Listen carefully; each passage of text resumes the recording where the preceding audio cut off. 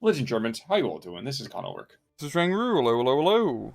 And folks, we are gone from Ocean North to Slutsk East. What's going on today on Slutsk East, sir? On the left-hand side in the blue, we have Jimster Hacks playing as 26 Panzer with a balanced income. Right-hand side in red, we have SteppeKnight playing as the 97th Guards Infantry with a Maverick income.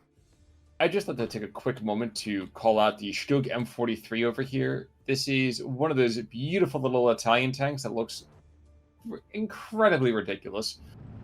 Looks like something you'd be seeing on, War Thunder or World of Tanks, but... Literally. Yeah. Literally.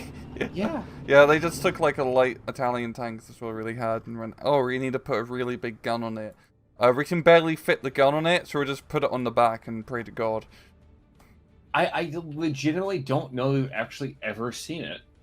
Yeah, it's a ridge unit. It's basically just a flak bus. It's a flak bus. Flak. Yeah, and it only has 15 rounds. It's practically like an IS-2, which we see one of those down south. It's practically an IS-2, but without all the fluff and the actual killiness. Mm-hmm. It's all I, no S. Yeah. Even kind of sadder is the fact that it actually does have crazy penetration, but just by the time it hits anything, it's out of ammo. Yep. Maxim's kind of really engaged in the MG42s in the center. Up in the northern side here, we are going to see that line of guards. It's kind of weird. Usually, this hilltop goes purely to one side. You don't get this kind of breakout quite so generous for both sides here. Yeah, usually the person on the right-hand side gets a bit of a better push into this initial area, but Jimster has managed to sneak his way in and set up a pretty good defense, because if he can just hold onto his forest area, you can put pretty good pressure on the reinforcement road and kind of catch SteppeKnight where he is right now in this little strip of the town, which it's not the best strip of the town to be in. It's a rough part of town. He crossed into it a couple GPS directions ago. Mm-hmm.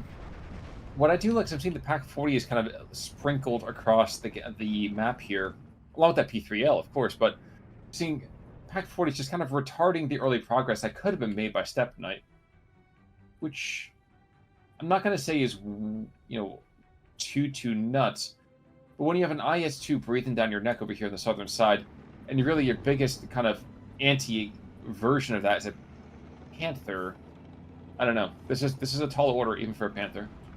Yeah. Well, actually, Jimster does have something at least to try to deal with the IS-2. IS-2 are most likely win this engagement just due to pure numbers. Also, having the Stug helps out if he... Well, he does have AP ammo left on the Stug. But it's definitely going hard early on with the heavy tank play. I mean, both of them, really. But down south makes a lot of sense, as this is heavy tank central. There's nowhere to get flanked. Absolutely. We're going to see a couple of Strom Pioneers being brought on in to kind of go and stabilize. This MG42, for some reason, says, aha, I will be a gentleman and not shoot at them. I'm sure it's because he was want to get blown to pieces by the 76-2s, but I don't know. I feel like I don't want Tanko Desantniki to get so close to me that I can smell vodka before I start firing. There we go. But actually shooting at the IG gun since the little Tanko's coming... Okay, no, I go. He shot his target, thankfully, so...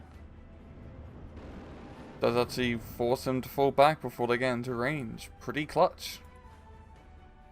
Absolutely. A little bit further north, we do see a grill doing some barbecue and taking out those Maxims, which have been bedeviling the German positions in that north-central position. Kind of wondering right now that...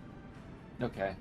There's another 76-2, so we're seeing there's a lot of artillery pieces kind of being deployed here and there across the map, certainly for the Russians. But while a lot of stand-up teams are being put into place, we're seeing the first tentative push from the 26th. That's the Jimster goes west to east on that hilltop. Yeah, it's got a very good amount of fire support. The 45mm is in a pretty dangerous position on the flank here. The Panzer IVs are re-engaging. The 45 actually getting good hits. This is going to be pretty critical. If Jimster can get some of his flame troops into that town, he should be able to clear it. And then if you hold the hill, you hold the north. Exactly. Kind of funny thing here is that the 45mm is kind of like creeping on the edge, and I think literally by that P4 turning around, he put himself into engageable distances here. Mm-hmm. Which is kind of unfortunate, because at 45 mil, yes, it has HE. No, the HE is not really worth too much. But, oh well. With that, SteppeKnight does take a 13-11, I think motivated in part by just the single Alpha Cloud not being able to hold any territory in the center. That MG42 going down, courtesy of the Maxim, Zis, and the 76-2. Yeah. But, yeah. So tell me, sir, if I see knee mortars, all I, of course, think is Japanese whenever I, not Japanese, Japanese.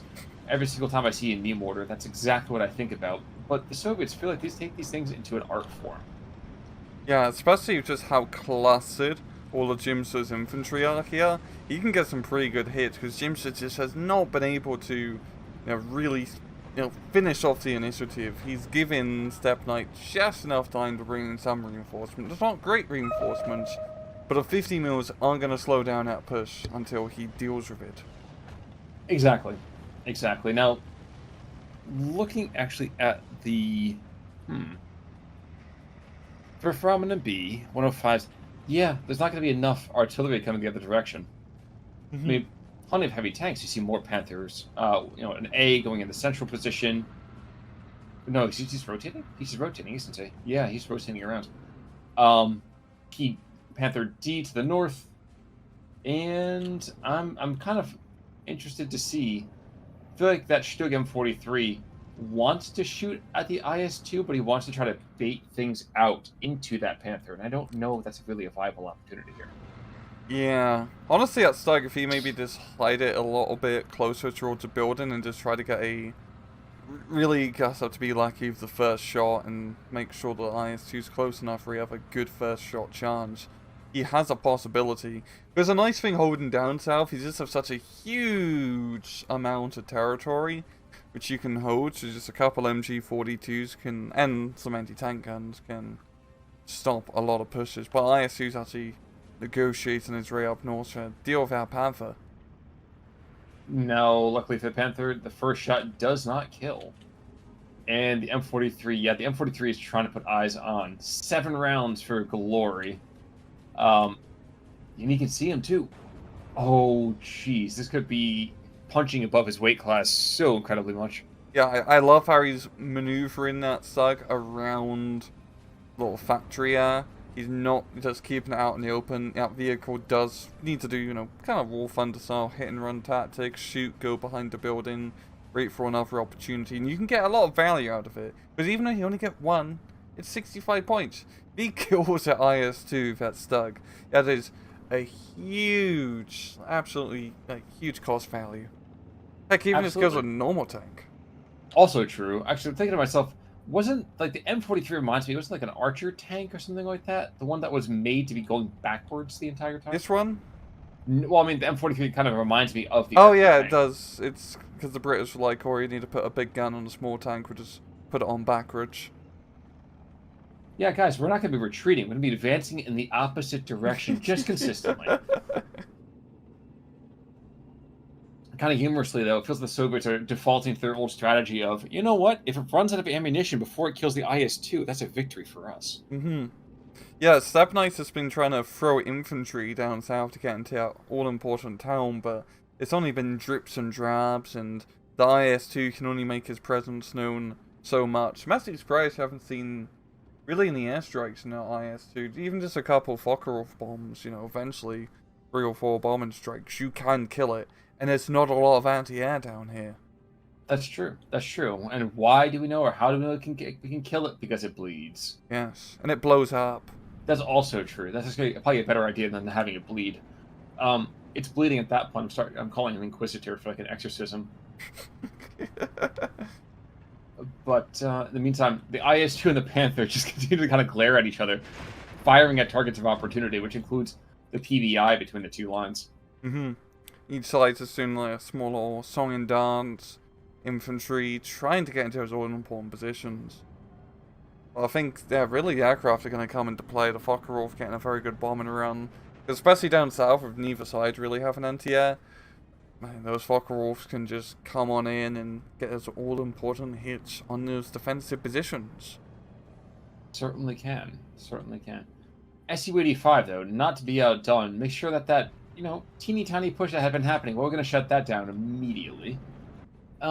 It's been an oddly slow game, I would say. I would say we have P4s, trip P4s moving in towards that hilltop, and I know this is a rather unpopular idea, but instead of trying to move through the trees, maybe circle to the south of the trees? I don't know. Let's just maybe try something a little bit different than trying to go right up the middle of Woodstock, so... Yeah, not going all that great. Really, this match kind of feels like a fencing match. Like, it's a little bit back and forth, a poke here, but no one's, like, stabbing their sword right through each other. It's just light taps. I think that's probably a fair way to put it. I think maybe taking a look at the fencing match, because that adds a little bit of artistry to it. This feels more like the movie The Duel, where you're like, oh yes, this is not just all flicking back and forth. It's one solid attack, or we're gonna faint for 5 minutes. Yep. Incredible movie, I will say, though. Great movie. 105 finally on the map, so the 50 mil mortars may see themselves engaged before too much longer.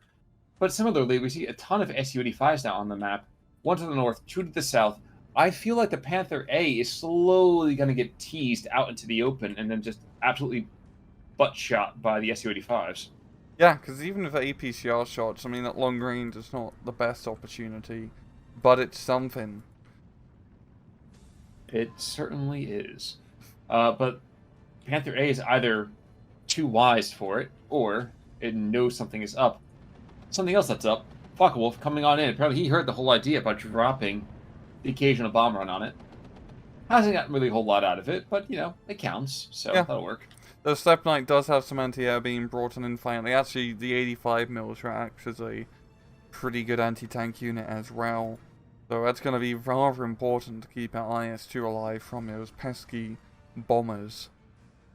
And the SU-85s have apparently gotten tired of waiting for any kind of, sneaky-deaky kind of trickery here. Moving forward to engage the P4, one has already gone down. He can't be unmasking this intentionally. He does kill out a P4 before he does go, but this is still not really an equal trade. Yeah. Not really fond of this very much. Yeah, and Jimster really up north. He has such a huge amount of units, but he's not attacking. There's just one Avto Comriti, two guys in there, and then some guards coming in to be more meat shields. And he's managed to hold onto his flag for so long. It just feels like a massive misplay here from Jimster for not just seizing the initiative. I think part of the reason though is that Jimster says, you know what, he's at his strongest right now. I can't be aggressive. I have to wait until C. Which I think is such a misnomer. I feel like sometimes when you play your income, you allow yourself to be hidebound by the traditions of it. If your opponent gives you the opening, take the opening. Yeah, 100%. Like, you don't want to... It's pretty much, in this sort of scenario, you want to still be aggressive, just don't overextend. Just take a little bite, don't try to bite off more than you can chew, and just be happy with it. Exactly. It's basically having the tactical equivalent of like a petit four. Make sure maybe a nice several course meal. You got that nice amuse bouche. So amuse battle to have a little bit of battle here. Skirmish, move on forward. Skirmish, move on forward. Wait for the soup course. Yes, please. I was thinking more so like, okay, Reese, I'm not gonna eat the entire bag of Cheetos again. We're just gonna eat a bowl of them and be done for the night. Usually doesn't work. No, exactly, because then you realize the bowl that you pulled out was like the giant mixing bowl that your grand used to use to make cake. This is Rombo. Now, M43 is firing its last rounds. He's engaging Uskin down south.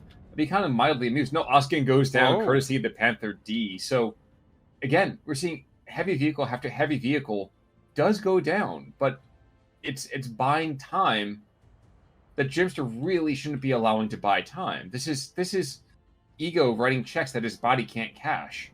Mm-hmm. Yeah, the Panther's in a very good threat area just because of that little bit of forest. What he's able to do is just duck back and forth in. And if he can bait the IS-2 to come too close, he can then peek out the forest at close range. Probably get a first good hit and actually have a chance to blow up IS-2. Probably will, yeah, exactly. Now, the IS-2 is going to go and engage this Grill and probably take out the Grill in one shot. Well, Grill says, ooh, okay. Grill just kind of says, you know what? I'm going to loft some scary fireballs your way, and that's going to be that. Which I appreciate. Mm-hmm. It has been a surprisingly dexterous armor play here. Yeah, neither side really, willing to full send it, in an open field battle. Makes sense. Panther, yeah, he's coming out now, trying to chase down an IS-2. Well, and the artillery is just trying to find the air power, the anti-air, which I very much agree with. It's rare, but this is one of those times I think that going for the anti-air is actually probably the best usage for that 105. Yeah, he really just needs to shut that down so this fucker Orson can come in once again and maybe get a good hit or two on that IS-2. Even though it's only like, they don't have a great bomb load. Oh, he's in B phase. He also gets the bigger Italian bombers now. You need to just, if he can just deal with the IS-2, he can really leverage all this armor. He absolutely can. Now, the IS-2 is going to start to engage the M43. So the other thing he could do is he could wait until the IS-2 has no more AP ammo, which he is slowly getting towards, and then just full sending after the IS-2 then. Like a reverse Uno card of the Soviet tactic. Yeah, it's not really exactly the way that I'm sure most of those planes would really prefer to be engaged, but, them's the breaks, I suppose. Focke-Wulf, now that the 85 is suppressed, comes on in nice and calm, and a gentle bomb, and doesn't blow it up, despite the fact that he's got zero opposition. Absolute shame. It is an absolute shame. Northern side, we had 3 Pigrens we moved forwards, and I thought this was going to be heralding a little bit more of a push. It isn't, but, maybe someday. Mm-hmm. Someday we'll get a much more aggressive push. I don't know when, but we'll get there someday. Yeah, he just once again has so much stuff. SteppeKnight is getting so much value out of such little troops he's keeping up north here. I mean, T-34 is just going to cause a little bit of havoc. I believe there's a... No, it's just still the 50 mils. Like, he's getting so much value with just his defense. Yes, he is. Now, the funny thing is, by putting that T-34 forwards, he's eventually... There we go. He finally loses it. And the guard squad isn't get pinned down, and shockingly enough, he somehow loses sight on it, despite the fact that he was engaging it many seconds before. He blinked. Yeah, it's like, dude, okay, this is not the magic mirror thing where you look at the picture and stare at it for long enough and something is different. Mm-hmm. Oh, IS-2 moves up, engaging the Stag Panther coming in. We got the run-2 combo here. But all bouncing. The IS-2 stress, like, let's say that the anti-stress mechanic, oh my gosh, I'm having a hard time figuring out what to say here. Stress resistance is insane. It's absolutely insane. He's getting 90 mil rounds, 120 mil rounds bouncing off his turret, and nary a bit of stress. Selenium does not make you a braver man. It just makes you a slightly more concussed one before you die. Yeah, I guess 18 centimeters of armor does a pretty good job of making you feel a little bit safer against those HE shells. Feeling safer, yes. Being safer, very, very different. And now, one more time, SteppeKnight continues to get more and more value because more and more that's just... Oi, whatever. Oh my god, the guards are holding the garden. They're doing their job, and all we need to do is just keep hold of that flag. Because he's got a nice sort of 14-10. I mean, it's not a great advantage. Unless he can do something else, I think he's going to be in a bit of a hard time, because there's still a lot of Panthers which are available here.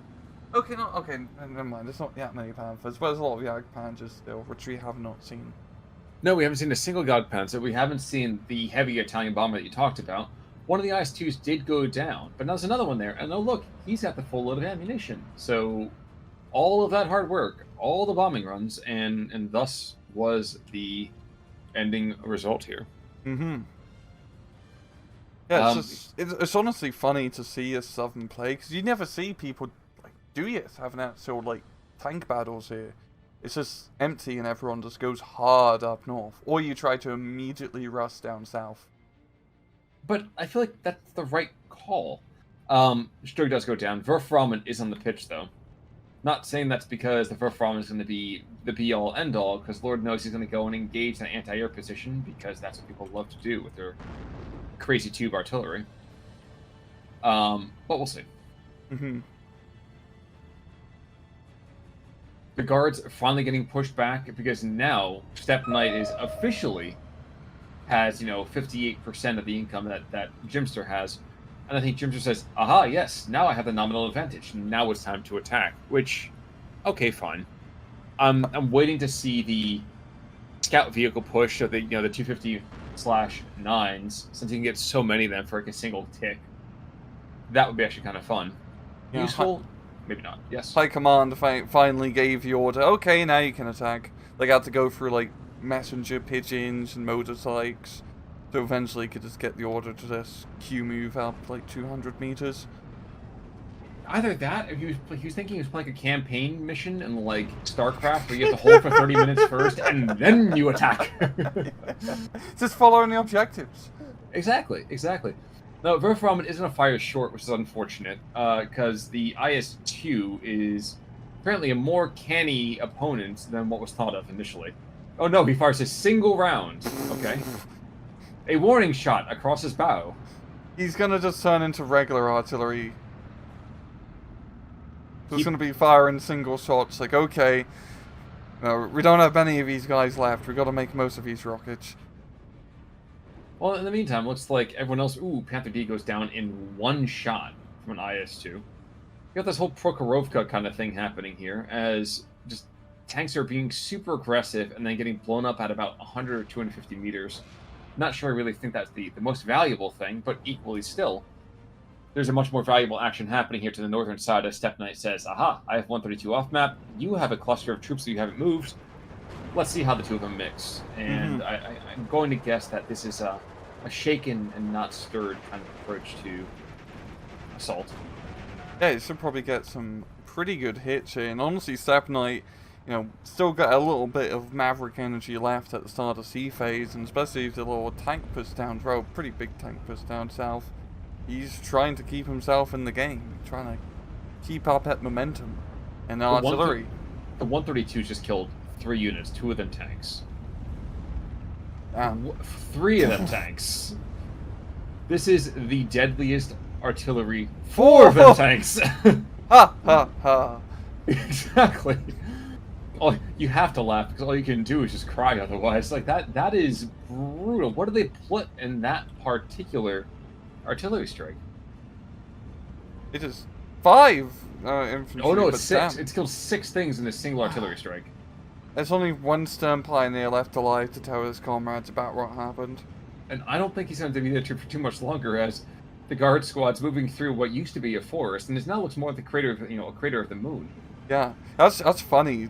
Jimster spent all that time, resources, and energy just to get that one flag, and SteppeKnight just Uno reverse card once again, really the pick up full run.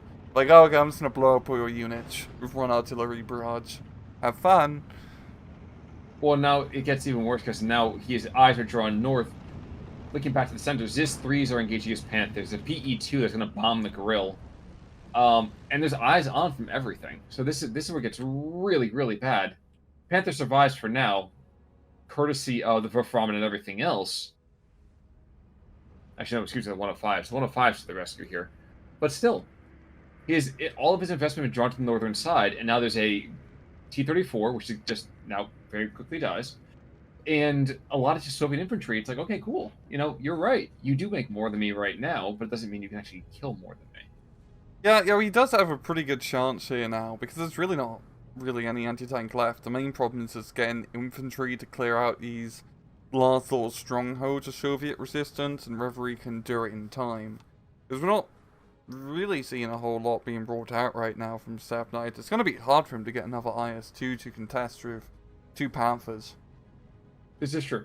That is fair. And SteppeKnight does tap. I think he sees the fact there's a giant wave of fascist infantry coming his direction. Understandable, and the KD definitely speaks volumes there. It's just about double. It is, but I think the biggest thing from that is just the IS-2s are so heavy and so points intensive that losing those is the biggest harm. Look at 22 to 24. That was pretty much the entire southern post. Even though he did so good up north with the artillery strike, it was just going to collapse down south. Wow, actually, I didn't even see all the stuff on the bottom side from that, but you're absolutely correct. It's just devastating them there. Kill-wise, let's see, 45 mil, picking up 4 kills by himself. IS-2, underperforming. And the riverboat, yep. Not bad. Not bad at all. And losses, Panther A Fura Janovic doing pretty good for himself. The Pack 40, the Grill, Krieger, that's very fitting for an artillery gun. The king of the battlefield. Yeah. But no, I mean, I legitimately thought that SteppeKnight was going to pull it out somehow. He was going to force a surrender, but that is not to be the case. No, this rate of numbers of lots of tanks can eventually win you a match, especially big, scary, heavy tanks. Exactly. Any final thoughts there, though, sir? Nope. Well, folks, until next time, then, as always, I'm Panelwork. I'm Rangaroo, take it easy.